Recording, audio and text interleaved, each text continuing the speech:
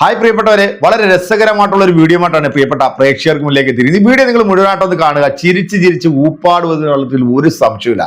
നമ്മുടെ തൃശ്ശൂരില് BJPയുടെ എല്ലാമായിട്ടുള്ള നമ്മുടെ action hero അണ്ണൻ, അല്ലെങ്കിൽ നമ്മുടെ ചെമ്പ് ഗോപിയെന്നോ പഴം ഗോപിയെന്നോ അങ്ങനെ പല പേരിൽ അറിയപ്പെടുന്ന കേരളത്തിലെ ഏക മന്ത്രിയാണ് നമ്മുടെ സുരേഷ് ഗോപി. എന്തായാലും ഈ വയനാട് തെരഞ്ഞെടുപ്പുമായിട്ട് ബന്ധപ്പെട്ടിട്ട് അവിടെ പോയിട്ട് നല്ല രീതിയിലുള്ള ഒരു കീർവാണം അങ്ങോട്ട് മുഴക്കിയിരുന്നു. അതൊരു പക്ഷേ ചിലപ്പോൾ പല ആൾക്കാരും ആ വീഡിയോ കണ്ടു കാണാൻ സാധ്യതയില്ല. എന്തായാലും ജോലിയൊക്കെ രാജിവെച്ച് നമ്മുടെ പ്രിയങ്ക ഗാന്ധിക്കെതിരെ മത്സരിക്കാൻ വേണ്ടി BJP ഇറക്കിയ ഒരു തുറുപ്പ് ചീട്ടാണ് നവ്യ എന്ന് പറയുന്ന യുവപ്രതിഭ. അത്യാവശ്യം 3-4 ഇലക്ഷനിലൊക്കെ നിന്ന് 8 നിലയിൽ പൊട്ടി കണ്ടം വഴി ഓടിയിട്ടുണ്ടെന്നൊക്കെയാണ് അറിയാൻ സാധിക്കുന്നത്. വീണ്ടും ചങ്കുറപ്പോടുകൂടി നമ്മുടെ വയനാട് ജില്ലയിൽ പ്രിയങ്ക ഗാന്ധിയായിട്ട് ഏറ്റുമുട്ടാൻ വേണ്ടി വന്നിട്ടുള്ള ഈ ചേച്ചി ഈ ഇലക്ഷന് മുമ്പ് നടത്തിയിട്ടുള്ള ചില കീർവാണങ്ങൾ, അതോടൊപ്പം തന്നെ ഇലക്ഷൻ കഴിഞ്ഞിട്ടുള്ള ചേച്ചിയുടെ ഇപ്പോഴത്തെ ഒരു അവസ്ഥ വളരെ പരിതാപകരമാണ്. കാരണം ആ വീഡിയോ നമ്മളത് കണ്ടു കഴിഞ്ഞാൽ ചിരിച്ചൂപ്പാട് വരും. വിടുവാത്തരം വിടാനൊന്നും BJPയുടെ ആൾക്കാരൊന്നും ഒട്ടും മോശമല്ലല്ലോ അല്ലെ. നമ്മുടെ ഈ നവ്യ ചേച്ചി അവിടെ പ്രിയങ്കക്കെതിരെ മത്സരിച്ചത് ഇന്ത്യയുടെ ഉരുക്ക് വനിതയായിട്ട് നമ്മുടെ പ്രിയങ്ക ഗാന്ധി ഇങ്ങനെ അങ്ങോട്ട് നിൽക്കുകയാണ്. കാരണം അവിടെയുള്ള ജനങ്ങളെ അങ്ങോട്ട് അറുമാദിച്ച് അങ്ങോട്ട് കുത്തി കൊടുത്തു എന്നുള്ളതാ. ഇപ്പോ നമ്മുടെ ഈ വോട്ടെണ്ണുന്ന സമയങ്ങളിൽ പോലും ഈ നവ്യ എന്ന് പറയുന്ന ഈ ഒരു സാധനത്തിന്റെ പേര് പോലും ആ തീരുന്നത് വരെ പറഞ്ഞിട്ടില്ല എന്നുള്ള രണ്ട് സ്ഥാനാർത്ഥികളുടെയും പേര് പറയാൻ പോലും അവിടുത്തെ ജനങ്ങൾ ഒരു അവസരം കൊടുത്തിട്ടില്ല. എന്തായാലും ഒരു കിടിലൻ ട്രോൾ വീഡിയോ. എന്റെ പ്രിയപ്പെട്ട പ്രേക്ഷകരെ, ഈ വീഡിയോ കണ്ട് ഞാൻ ചിരിച്ചു മടുത്തു. ഇനി കുറച്ച് നിങ്ങൾ എന്തായാലും ഒന്ന് ചിരിക്കും. ഇതൊക്കെ കേട്ട് നമുക്കിങ്ങനെ ചിരിക്കാം. കാരണം ഇവരൊന്നും ഈ പ്രസ്ഥാനം വിട്ട് വേറെ ഒരു പ്രസ്ഥാനത്തിലേക്കും പോകരുത്. പോയി കഴിഞ്ഞാൽ നമുക്ക് നമ്മുടെ ആ ഒരു എന്റർടൈൻമെന്റ് അങ്ങ് നഷ്ടപ്പെട്ടു പോകും. എന്താണെങ്കിലും നമ്മുടെ നവ്യ ചേച്ചിയുടെ ആ കീർവാണവും എങ്ങനെ ഉണ്ട് എന്നുള്ളത് നമുക്കൊന്ന് കണ്ടുനോക്കാം. നവ്യ ഹരിദാസ് വയനാട്ടിൽ നിന്ന് മുങ്ങിയിരിക്കുകയാണ്. നവ്യ ഹരിദാസ് എന്റെ ലൈഫ് ബ്രോയിലറായി. ദൈവമേ, എന്റെ ലൈഫ് ബ്രോയിലറായി. പേടിക്കാനൊന്നുമില്ല, ധൈര്യമായിട്ടിരുന്നു. ഹലോ, കുറെ നാളായല്ലോ കണ്ടിട്ട്, എവിടെയായിരുന്നു? നവ്യയെ ജയിപ്പിച്ചു വിടൂ, മന്ത്രിയാക്കി ഞാൻ തിരിച്ചു കൊണ്ടുവന്ന് തരാം. മന്ത്രി കൊച്ചമ്മ വരുന്നുണ്ട്. നവ്യയെ ജയിപ്പിച്ചു വിടൂ, മന്ത്രിയാക്കി ഞാൻ തിരിച്ചു കൊണ്ടുവന്ന് തരാം. അതിനുവേണ്ടിയുള്ള ഡൽഹിയിലെ പോരാട്ടം നടത്തുന്നത് ഞാനായിരിക്കും. വലിയ വെടിനാല്, ചെറിയ വെടിനാല്. ജയിച്ചു വന്നു കഴിഞ്ഞാൽ കേന്ദ്രമന്ത്രിയാകുമോ? നേരത്തെ സുരേഷ് ഗോപി അങ്ങനെ ഒരു പ്രതികരണമൊക്കെ ഉണ്ടായിരുന്നു. തീർച്ചയായിട്ടും അത് സുരേഷ് ഗോപിയുടെ ഗ്യാരണ്ടിയാണ്. മോദിയുടെ ഗ്യാരണ്ടി പോലെ തന്നെ. മോദിയുടെ ഗ്യാരണ്ടി പോലെ തന്നെ ഇവിടെ കള്ളന്മാര് മാത്രമേ ഉള്ളൂ അല്ലേ? സുരേഷ് ഗോപി തന്നിരിക്കുന്ന ഒരു ഗ്യാരണ്ടിയാണ്. വിജയിച്ചു കഴിഞ്ഞാൽ MP ആക്കി കഴിഞ്ഞാൽ മന്ത്രിയാക്കുന്ന കാര്യം സുരേഷ് ഗോപി ഏറ്റെടുത്തിട്ടുണ്ട്. ട്രെയിൻ മുകളിലോട്ട് ഉയർന്നപ്പോ പേടിയുണ്ടായിരുന്നോ? ഒട്ടുമില്ല, ഞങ്ങൾ മുകളിലേക്ക് തന്നെ ഉയർന്നുകൊണ്ടിരിക്കുന്നത്. BJP അതാണ് flying or flying, always up in the air. You understand? ദേശീയ നേതാവ് എന്ന പ്രതീതിയോടെ എത്തിയ പ്രിയങ്ക ഗാന്ധിക്കും UDF-നും ഇത്തവണ അടിപതറുമെന്ന് NDA സ്ഥാനാർത്ഥി നവ്യ ഹരിദാസ്. അങ്ങനെ പവനായി ശവമായി. അടിയപ്പോളേ മുഖത്തേക്ക് തലകറിയോ? ശരിക്കും സത്യം പറ, തലകറിയോ? ഒട്ടും തലകറങ്ങിയിട്ടില്ല. ഇതിലും പലതും കണ്ടവളാണ് നവ്യ. ഓട്ടത്തിൽ കിട്ടുന്ന തലകറങ്ങണോ വേണ്ടോ തീരുമാനിക്കാൻ. അയ്യോ, ചിരിക്കല്ലേ. ഇത് കഴിച്ചു ചിരിച്ചാ പിന്നെ ചിരി നിർത്താൻ പറ്റൂല. വയനാട്ടിലെ BJP സ്ഥാനാർത്ഥി നവ്യ ഹരിദാസ് ആണ് എനിക്കൊപ്പം ഉള്ളത്. പ്രചാരണമൊക്കെ എങ്ങനെ പോകുന്നു? ഉഷാറായിട്ട് പോകുന്ന പ്രചാരണം. വളരെ നല്ല പോസിറ്റീവ് റെസ്പോൺസാണ് വയനാട്ടിൽ നിന്ന് ലഭിച്ചുകൊണ്ടിരിക്കുന്നത്. കഴിഞ്ഞ ലോക്സഭാ തെരഞ്ഞെടുപ്പിൽ BJPയുടെ വോട്ട് കൂട്ടിയിട്ടുണ്ട്. 1 ലക്ഷത്തിൽ പരം വോട്ടുകൾ ഉണ്ടായിരുന്നു. എന്താ നവ്യയുടെ ഒരു ലക്ഷ്യം? വിജയം മാത്രമാണ് ഞങ്ങളുടെ ലക്ഷ്യം.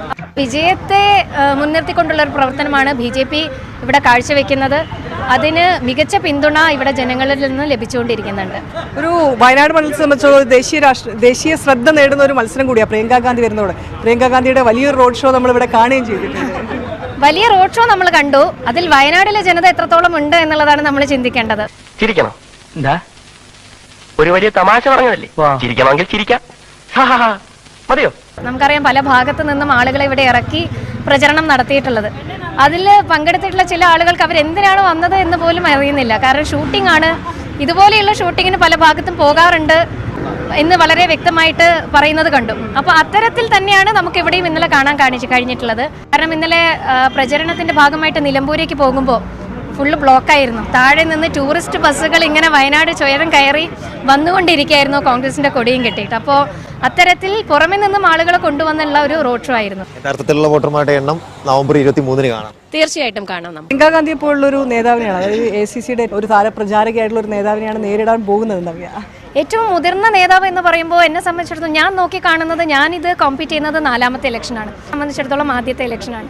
സാധാരണക്കാരായ ജനങ്ങളുടെ ഇടയിൽ നിന്ന് പ്രവർത്തിച്ചിട്ടുള്ള പരിചയ സമ്പന്നതയുടെ പുറത്താണ് ഞാനിവിടെ ഇലക്ഷനിൽ മത്സരിക്കുന്നത്. ചുമ്മാ തങ്ങിയെന്ന് തോറ്റാ പോരെ, അതിന് വീരവാദം വേണോ?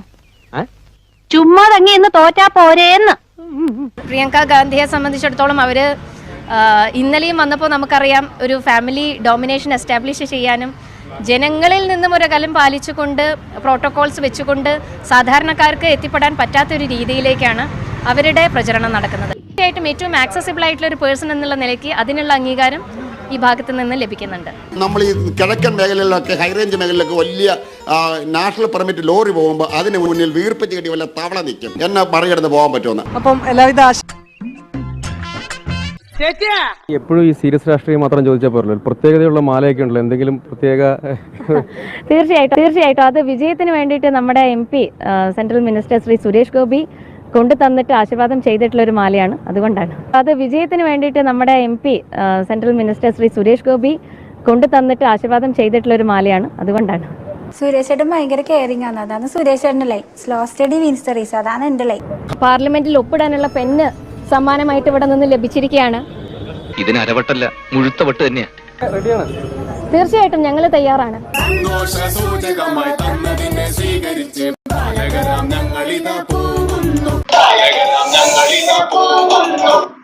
എന്റെ പൊന്നോ, എന്നാ തള്ളാണോ! ഇമാതിരി തള്ളു തള്ളിയിട്ടുള്ള BJPയുടെ ഒരു സ്ഥാനാർത്ഥിയെ ഞാൻ ജീവിതത്തിൽ കണ്ടിട്ടില്ല കേട്ടോ. അമ്മാതിരി തള്ള.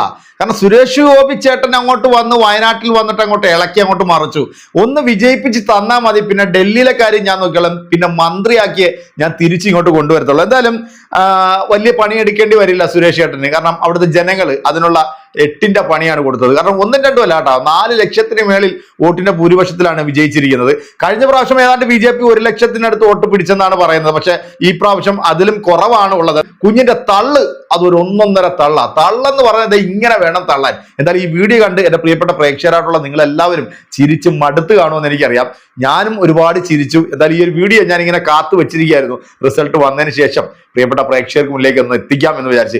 എന്താണെങ്കിലും ഈ ഒരു വീഡിയോ നിങ്ങൾക്ക് ഇഷ്ടമായി എന്നാണ് എൻ്റെ ഒരു വിശ്വാസം.